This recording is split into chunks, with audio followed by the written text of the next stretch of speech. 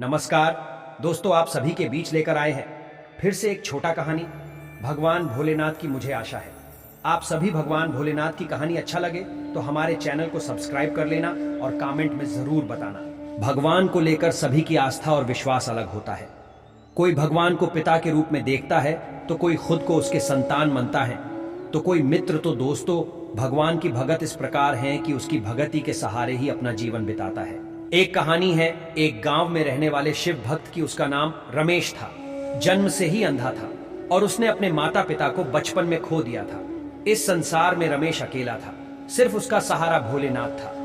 रमेश रोज सुबह उठकर गंगा नदी में स्नान करने जाता था।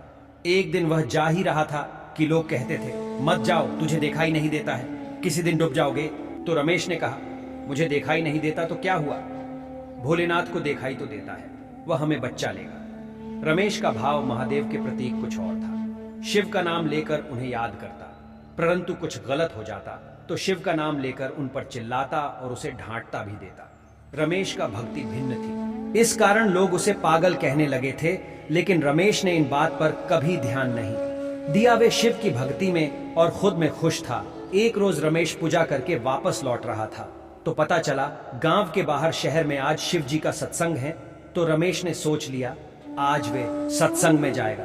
रमेश घर पहुंचा, अपना थैला उठाया, उसमें शिव जी की एक तस्वीर थी और कुछ फल था, और अपनी लाठी उठाया और चल दिए सत्संग के लिए। सत्संग गांव के बाहर शहर में था, लेकिन रमेश को एक रेलवे फाटक पार करके जाना था, लेकिन वह इस बात अनजान था। दूसरी तरफ से ट्रेन रमेश की तरफ बढ़ती आ रही है।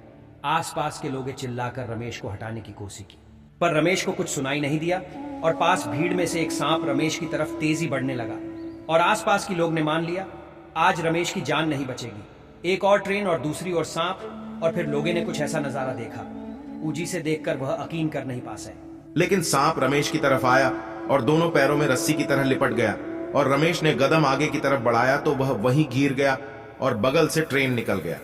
और तब सांप रमेश के पैरों से निकलकर कहीं दूर चला गया।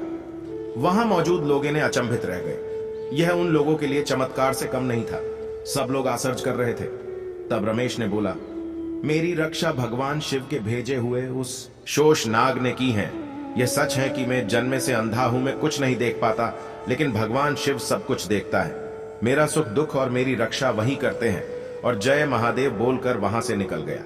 रमेश की भक्ति और महादेव की आस्था और विश्वास देखकर सब हैरानी पड़ गए।